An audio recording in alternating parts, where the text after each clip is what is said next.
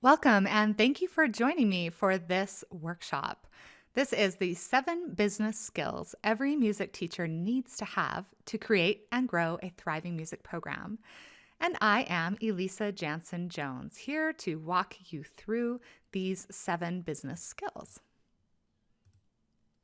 So you may be asking yourself, why do I need to know all this businessy kind of stuff if I'm just a music teacher?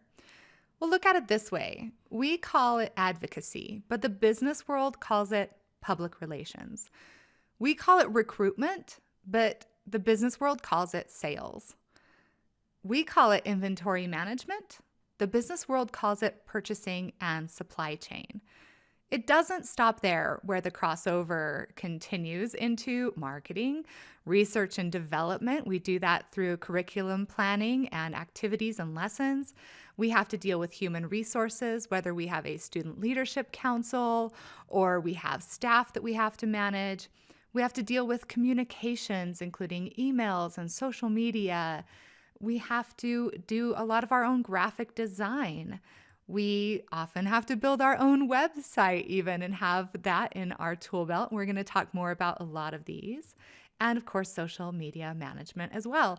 So a lot of these business skills are already sort of wrapped into our job, but these aren't things that we have been taught in most of our undergraduate music education programs. So I want to show you today some of these best skills that you can incorporate into your own professional learning that are going to greatly benefit you. And I'm going to show you why. So this is a little bit about me and why I know this stuff. I actually put myself through college working in music retail, working for a music store, which meant that I got to handle a lot of inventory management, purchasing, receiving, supply chain, budgeting, a lot of that great stuff, as well as sales and contracting. I even had to deal with credit and collections.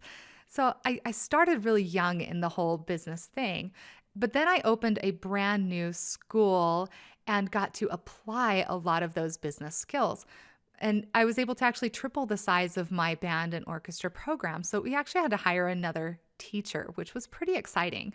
But there were still some business skills that I was missing out on. So I went ahead and got an MBA that's a Master of Business Administration degree, so that I would fulfill that need in me to have those skills to be a better music teacher all around. I also, since then, have built and managed nonprofit organizations. I've been a CEO a few times, a CFO. I even currently help with my own community band. I'm not only the director, but also help direct a lot of the operations. Like I said, I already have a lot of music retail experience. I've been an educational road rep as well. Built, and ran my own private lesson studio for nearly a decade. I currently work for Conn-Selmer Education, building new products and programs for supporting music educators. And of course, I built a Facebook group and following of more than 48,000 people and a personal following on my email list of nearly 5,000. I've bought, purchased, built, and sold a handful of businesses as well. So I'd like to think I have a little bit of knowledge and expertise in this area, and I want to pass that on to you for the benefit of you and your program. But the first thing before we get into any skills is focusing on a quality product. As a good friend of mine once said, nobody leaves a football team that's 10-0. As long as you're on the winning team, you're going to be successful. If you have a good product, people are going to want to buy into it. They're going to want to share it. They're going to want to be a part of it. So create a culture of excellence in your program. Create an awesome band, orchestra, choir, modern band, general music, whatever your program happens to be, make it awesome. And that doesn't mean that it has to be big. You can have a quality program that's small. And keep in mind that you are the most important factor here. You are what makes your program run and function and be this thriving beacon of light for students and all of your stakeholders to be drawn to.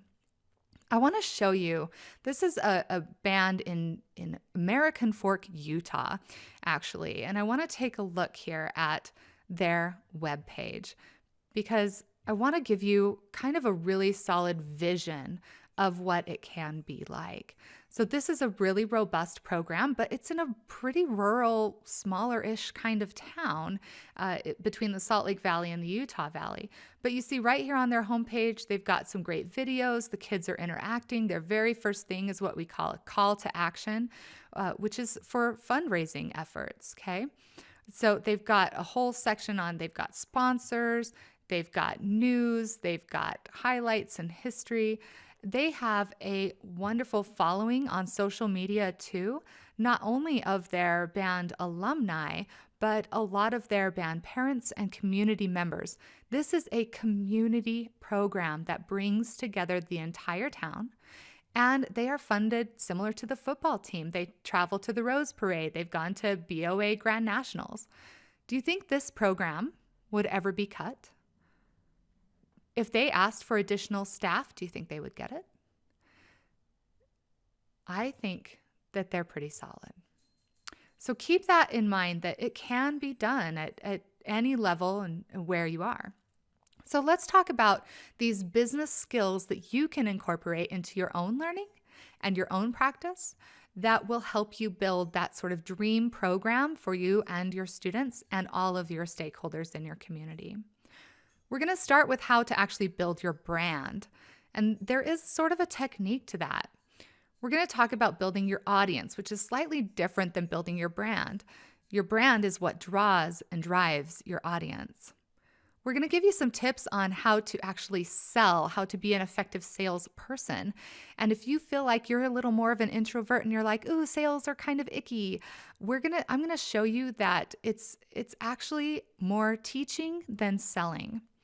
We're going to talk about how to create and analyze financial statements. And yes, that's important for us to know. And no, you don't have to go get a degree in accounting to figure it out either. I've made it really easy for you. We're going to talk about how to negotiate, which is an absolute business skill. And it kind of aligns with a lot of these other things, like how to sell and how to build your audience. How to negotiate is part of that business skill set. We're going to talk about how to actually work with people so that they will want to work with you. And a lot of that has to do with not just working with people, but about negotiating the system that you're in so that you can really grow and thrive your program and have the kind of support that you really deserve. And the final business skill we're going to touch on is time management. And time management is really important, and I'm going to show you why, and it may not be exactly what you're thinking of. So let's dive right in here. Skill number 1, how to build your brand. Well, what is your brand? I bet you can think of some brands like Coca-Cola. You can picture their logo. You can picture the colors associated with their logo. You can probably picture the Coca-Cola font.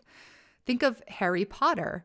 They also have a font, a series of colors. They've got some branding images. You can probably picture the Hogwarts crest in your mind. Think about Adidas, how their name is their logo, but how they have a very clear mission and color set and stuff like that. Your brand is really the culture of everything that you do. You need it to create a consistent look and feel, which will help people to connect with you. And that's really what it's all about. If they're connected with you, they're invested with you, they're invested with your program and your students, you're going to get the kind of support that you need to have a thriving music program. It also makes designing things like t-shirts, uniforms, concert programs, and websites way easier if you already have a sort of set of brand guidelines to follow. So let's talk about some quick tips for how to actually build your brand. Number 1 is to select the elements that you're going to use. And it can be quite simple. I usually just use 2 fonts. They can be actually the same font, and maybe you do one in bold and the other in italics. You can have 2 contrasting fonts, like one that is what we call sans serif, like Impact is a good sans serif example, and then one that's more of a script that's kind of curly, and that way they would contrast each other. But really pick 2 fonts, and then just everything that you put out, newsletters and emails and anything that you print, your concert programs, just default to these 2 fonts, and it's always going to look consistent. It's always going to look clean. It's always going to look good. Pick just 2 or 3 colors. Maybe you have your main color and then a couple of accent colors. Here at Conn-Selmer Education, we have a set of 5 colors that we use based on use case, but they all sort of coordinate together.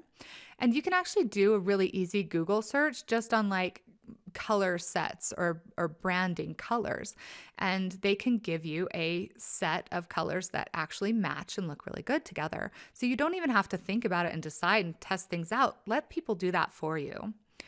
You're going to want some kind of background with a design or gradient that you can use as, the header and footer on newsletters or letterhead that you might use. I use that a lot on the videos that we do. You're going to want to have consistent design elements like your icons. Are they going to be a gradient? Are they going to be solid? Are they going to be an outline? And by having these already set, it's going to make everything else that you do design-wise very, very easy and fast for you. My number one tool for design is actually free, or what we call freemium. So it starts free, and then if you want the premium content, you can pay a little bit for that. And it's canva.com. They already have a ton of awesome templates built in, everything from videos to social media posts to letterhead. And you can go on there and test it out for free. And then if you decide to go for the premium model, it's going to give you thousands of great videos and images, stock photos. I think they even have like stock music on there, royalty-free music. So you could actually use it to create video assets very quickly and easily. And it also lets you import your own. So if you have some great pictures of your students that you want to incorporate into a video, it's very easy to do it in Canva. Highly recommend you check that out. And if you really love it, they even have sort of an online university of learning that you can go in and learn more graphic design skills completely for free. Okay? To build your brand, you're going to want a website. You need to have sort of a landing page, place for everything to live for your students and your program. So just like that website I showed you for American Fork High School, they have everything in one place. Your calendar, all of your fundraising items. They have a support page for your parent boosters. So having a centralized location, I even had this for my elementary music classes, and this can be something like your Google Classroom. I think it should be more outward facing, something that people don't have to, create a login for or anything, but Google Sites works well also. But have a central location where you can put things that are accessible to the public and that can help build awareness around your program. And now that you've got your design elements all picked out, it's really easy to build an attractive website that looks super professional. The things that make websites look less professional is when they don't have these solid selected brand elements, okay? You're also going to want to build social media profiles. Pick the couple. You don't have to build one on every single social media platform. That would probably drive you insane. Pick the one or two that your bulk of your stakeholders are on. So if you really want to reach out to parents, maybe Facebook is your choice. Maybe you have an Instagram account as well so that you can quickly share great fun pictures of your kids playing and doing their musical skills. But have them coordinate with your website and have them talk back and forth. So from your social media profiles, have links to your webpage, and from your webpage, have links back to your social media profiles. Now, I know a lot of schools and programs are going to have 2 social media pages on their Facebook alone. One is an external facing page and one is an internal facing group. We have that for our community band, actually, one that is a external facing page where we put things that we want the public to see, and then an internal group where we can have group communications. So hopefully that makes it really, really simple for you to build your branding, your look, your feel, and have the kind of consistency that makes you look as professional as you truly are. All right. So that is building your brand. Let's take a look at how to build your audience as we move through these. So, building an audience really comes hand in hand with building your brand. Once you've got your branding all figured out and those pages all built, or maybe they've been built for you and you're in a new program, or maybe you just need to revamp it, all of that totally works. But building an audience is incredibly important because that is your first go to for advocacy.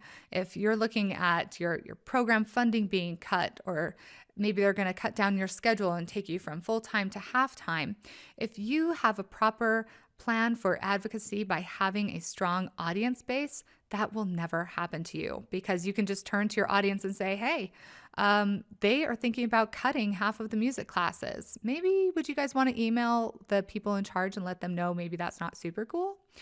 You can also use this audience as an opportunity for soliciting funding, of course. And more than anything else, influence. Influence drives the advocacy and the funding. It is also great for recruitment and retention of your students. Anything that makes it look like you are the super go-to awesomest program in the whole world, that is going to help you have a stronger student base as well. So let's talk about how to do this. Your first thing is you should have an email list. Whether you get this from your school LMS or grading program, but you're going to want to build an email list. And these are the two tools that I found incredibly helpful for maintaining my email list. And that's MailChimp, which is a free program. You're going to want to get permission probably from your school to use MailChimp and to host things on there. But I love it because it keeps everything super legal. They have all kinds of rules about how you can import the contact information of the people you're going to add to your list, and it allows people to quickly and easily opt out.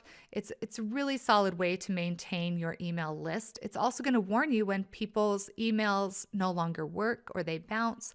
You can track a lot of the analytics, like who's clicked on that fundraising link that you sent out, so that you can send a follow-up email to them saying, thank you so much for contributing to our fundraiser. Google Sheets is another free one, super easy to use. There is an add-on for Google Sheets called Mail Merge with Attachments that will allow you to send out individualized emails as well. Both of these are great to be able to create really personal experiences. I told you that I have an email list of several thousand people, and the feedback I often get after I send out an email is that they can't believe that that email went to a full list of people because it feels so personalized. And I love it when they actually email me back with their personal responses. And that's the kind of connection that you want to build with your audience, is so that they feel like they are the most important thing in the whole world. And then, of course, build a social media following. And the way that you do these things is really to communicate regularly. Be sure to share on social media the stuff that your people, your followers, genuinely care about. If it's highly promotional, they maybe aren't going to care as much. I would say maybe only do one promotional post per week, but make it mostly informative.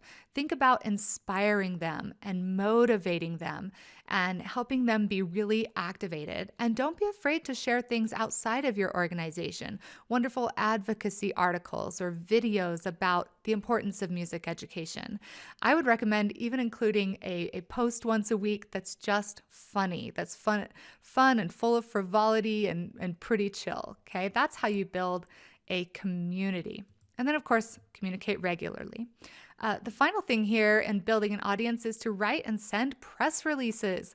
If you've never written and sent out a press release, I highly recommend that you get started on that. I would just Google press release template, and you're going to get great responses in those top 5 search results or so.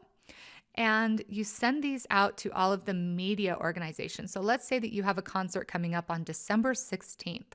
So by the end of November, you want to have a press release sent out to those news organizations, because if the news cycle's kind of slow, they might actually bring a crew out to your school to do a little bit of video promotion for you. And that's going to help engage the much larger community. Kind of along those same lines, there are a lot of websites in your community for posting community events, and I highly recommend that you get listed on those as well. So whether it's your local visitor and convention bureau or your local arts council, any of those public events calendars could be great extra promotion for your program. Even if it doesn't bring in more audience members, it's going to look really good to your school. Okay, let's talk about how to sell. And that really means turning yourself into an awesome salesperson. So, of course, sales is how to talk so people will listen. It's how to present yourself to them and say the things that they need to hear to buy into your message. Now, the good news about this is that every time we teach a class, we are selling something. We're selling that curriculum. We're selling that repertoire to our students. We're convincing them to come to our side of the fence. We are converting them to our way of thinking. And sales is exactly the same thing. I have years of sales experience behind me, and I have never felt like I've been selling. I always feel like I'm educating. I'm simply teaching them the things that they need to know to come over to my side of the fence and to be converted to my way of thinking. So here's some tips for how to do better sales. Number one is to refine your messaging. Don't talk about what it is that you're offering. Talk about the outcome, the promise of the transformation of what you are doing. So you aren't just teaching choir, right? You are shaping the minds of students. You're giving them a safe place and a culture that they can trust and a community that they can engage in. You are giving them life skills and learning skills and social emotional skills. That is your message, is the outcome of what you do, not what you do itself, okay? You yourself need to be a little charismatic. Here's a confession, I am really more of an introvert, which if you've ever seen me speak publicly, you might be fooled into thinking I'm far more of an extrovert. But that is because I know how to turn on my extrovert tendencies, and that is just being charismatic. Now, one of the ways that I've practiced being charismatic is actually called the doorway drill, where every time you walk through a doorway, I usually use really bright colored sticky notes, and I just put the little sticky note at eye level by the door. We all tend to walk through a lot of doorways every day. And every time you walk through the doorway, you think to yourself, I am open, positive, happy, and confident. I am open, positive, happy, and confident. And every time you walk through the door, you become those things and it becomes a practice. And as you know, being the awesome music teacher that you are, the more you practice something, the more it is integrated into you and who you are. So really get in the habit of being open, positive, happy, and confident. That's going to attract people to you and make it far more easy to sell them. So this one just refines or supports that first bullet point, which is sell the outcomes, not the product. And be ready to address objections. So let's say that the thing that you're selling is your band program to the incoming fifth graders, right? You want to get them in your sixth grade band, which is an optional elective in your school, and you want them to come in. So what are some of the reasons that a fifth grader might not want to do band in the sixth grade? Okay, well, maybe they have other interests. Maybe their friends are in a different class. Maybe they haven't selected their electives yet. Maybe they don't feel particularly passionate about music. So think about all the reasons why somebody may not want to do those things with you or buy into your program or your fundraiser or your concert or whatever it is, and then be ready to address those. So you can say to that fifth grader, it's okay if you don't know anybody in band yet because they're going to become your best friends. And it's okay if you don't know a lot about music. I'm going to teach you. I'm going to turn you into an instrument playing, singing maestro, right? So address those objections ahead of time. So we've talked about building your brand, your audience, how to sell. Let's talk about creating and analyzing financial statements. Here's why you need it. Number one is that it's going to help you plan. It's going to help you be prepared if you have to make certain purchases. You don't want to hit May of the school year, have your account completely drained, and then your berry sacks go completely bonkers and need $200 worth of repairs 2 days before your jazz band concert, okay? It helps you to be prepared for any scenario. Proper financial planning and analysis helps you to justify purchases. So at the school I taught most recently at, when I took over the band program, we had a lot of inventory. A third of the inventory had to be thrown out. It was all redlined. It was awful. And my principal had given me a whopping $7,000 to buy new instruments. Well, with me as the teacher, I had greater retention. I was starting more beginners. I had more of the advanced students staying in band and needed instruments. And I had to throw out a third of the inventory. So I was able to keep that information, all of that data, and present that to my principal. And I'm going to tell you in a bit what the outcome of that was. It allows you to demonstrate accountability, that you're being responsible with the funds that have been entrusted to you. And it helps you get more funding as well. So I want to show you this document that I created that can maybe help you with some of these things. Let me go back here.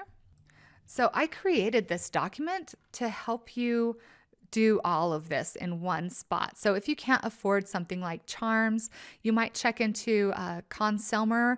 We do at Conn-Selmer have a whole software program for inventory management and budgeting. Here is kind of an outline of the instrument repair and replacement stuff.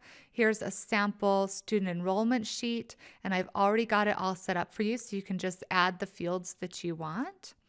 You can have your total budget. Here's your inventory list, your repair history, repair budget, recommendations. Here's what a 3-year budget looks like. And here's your revenue plan, okay? So starting with this funding plan, I want to be able to show like where the funding is coming from and where I'm over or where I need more money.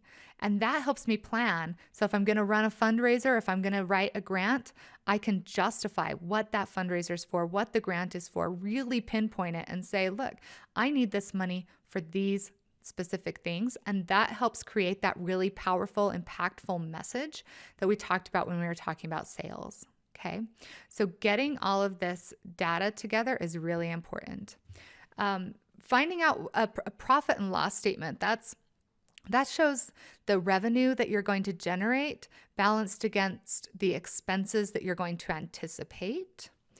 And that's a really easy one to actually, I would just YouTube search that one, how to, read a profit and loss statement.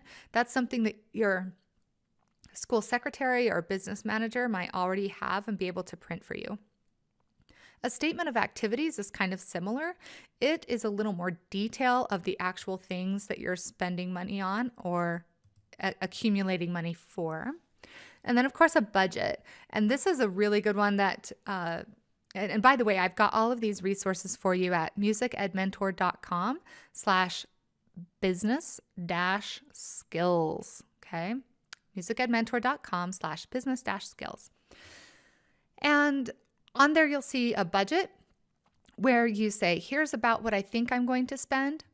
And the variances comes in when you say, here's what I actually spent. And then you compare, where did I go over and where did I go under? And your goal is to always try and meet your budget every month as closely as possible. You'll for sure want to do inventory management, and that Excel spreadsheet I just walked you through a little bit does have that capability. And again, I've got a lot of those resources for you at musicedmentor.com/business-skills. I wish we had more time to go into that, but honestly, these 4 things could be an entire workshop by themselves, okay? So use what your school already uses. Take a basic accounting course. Your local community college probably has an online one that you can work through pretty quickly. It's really worth the time to do it. And then keep up on your data entry. I wouldn't necessarily recommend that you have a student do this unless you're teaching high school and you have like a junior or senior to do it. But if you set aside just one day a month to enter in all of that data, enter in which repairs were done on which instruments and what you spent your money on and all of those kinds of receipts. And I found that keeping my own records in addition to the school secretary or business manager keeping the records really helps me demonstrate that accountability piece, okay? I do want to finish telling you my story about having to purchase new instruments. So I told you I had to throw out like a third of the inventory and we had greater retention. And I priced everything out. I called around. I got multiple bids, 3 bids on all the instruments that I needed. And it ended up being $14,000 that I needed. So I went into my principal and I said, here's what we need based on the enrollment that we have. And I actually presented him with scenarios. Here's if we just focus on, middle school elective band, okay? And it was still about $8,000. And I said, and if we want to still do the required 5th grade band, right? 5th grade band was mandatory, then we're going to need this $14,000 because I'm going to have to buy some flutes and clarinets and little things like that. And I showed that I had found the best prices on them. I was able to get some refurbished used instruments from an authorized dealer, and I could do it all with this amount of money. So I demonstrated that I was thoughtful, I was accountable, I had the data, I had the student enrollment data to prove that what I was saying was necessary to provide the kind of support for the program that he wanted. And I was able to give optional scenarios, like if I only have $7,000, this is all we can do. And do you know what happened? He looked at it for a minute and he said, we'll make this happen. I will write a grant. And he did and made it happen. And I was able to provide instruments for all of the students who needed them. And we were able to do mandatory 5th grade or compulsory 5th grade band that next year. Okay. So don't take no as an answer. We're going to talk about that in a minute too. All right. Let's talk about how to negotiate. And this is really important. You need to know how to negotiate because you're going to run into roadblocks, and negotiation helps you get around those. It helps you build relationships, and it helps you get more for your money. And who doesn't want all of those things? So like I was just saying with my presentation of data to my principal, don't think of no as no. Think of it as not yet or needs more information. Because chances are good that people will say yes if you tell them the right things and give them the right information, okay? Be sure to present data. Like I said, I always showed my enrollment data compared to what I needed inventory-wise. That went when I opened a brand new school as well. Not only could I show my enrollment data, but I did a comparison to other schools in the district. And I said, this other new school opened and they got $200,000 to buy brand new instruments, and they had 2/3 the enrollment that I do. I have this much enrollment and I should get at least this much. And I showed that I had done the responsible piece and found the right pricing and all of that. Okay. Present data. It cannot be refuted if it's solid data. Be sure to find common ground. Where can you find that win-win situation where you both benefit? A good example of this was when I was teaching elementary school, and I really needed more time to combine my 4th grade classes. They were in 2 4th grade classes separately, and I wanted that extra rehearsal time. So right before the concerts, which were at the end of the year and of course during the holiday season, I just went to those 4th grade teachers and I said, hey, why don't I take both of your classes at the same time for this next week? And that way you guys can have some extra prep time to finish up your grades for the end of the term. They, of course, took me up on that, right? I mean, who would say no to that? And I didn't put in terms of, hey, I really need to practice more with these 4th graders because the songs that I chose for them are really hard and I want more time with them. I didn't make it about me. I made it about them. And I said, don't you need a little extra time? Wouldn't you like to send them to me? And they, of course, went for it. So know what it is that the other people want and what they need, and then see if you can give that to them to get what you need as well, okay? Let's go on to our list here. So, some tips on how to negotiate, how to work with people, and time management. So let's talk about how to work with other people. You guys, It really is about building trust and finding success. You will undoubtedly have to deal with challenging people. You probably already do, and it's never going to end. And sadly, the truth is you cannot change other people. You cannot make them be better behaved. You cannot change their mind. And being aggravated over it only hurts yourself. And being unprepared to deal with it will only increase your anxiety level. Just understand that when somebody's upset and being difficult with you, the problem is not yours, it's actually theirs. And approaching it with a lot of sympathy and empathy and understanding instead of taking offense is going to go a very long way to disarming their challenges, okay? Remember that conflicts lead to burnout. Conflicts with your administration is one of the number one reasons that people burn out. Conflicts with teachers in their school who they don't have positive relationships with, or a lot of parent complaints. These things can lead to burnout, and if you can learn how to deal with it better for yourself, you're going to be less likely to burn out, okay? So number one really is leave your ego at the door. Stay humble. Know within yourself that you are good. You are good. No matter what other people tell you or say to you to be hurtful, you can be good within yourself. And that's not about ego. That's about humility. Be a team player. If the track team happens to have a track meet at the same time as your concert, see what you can work out for those students.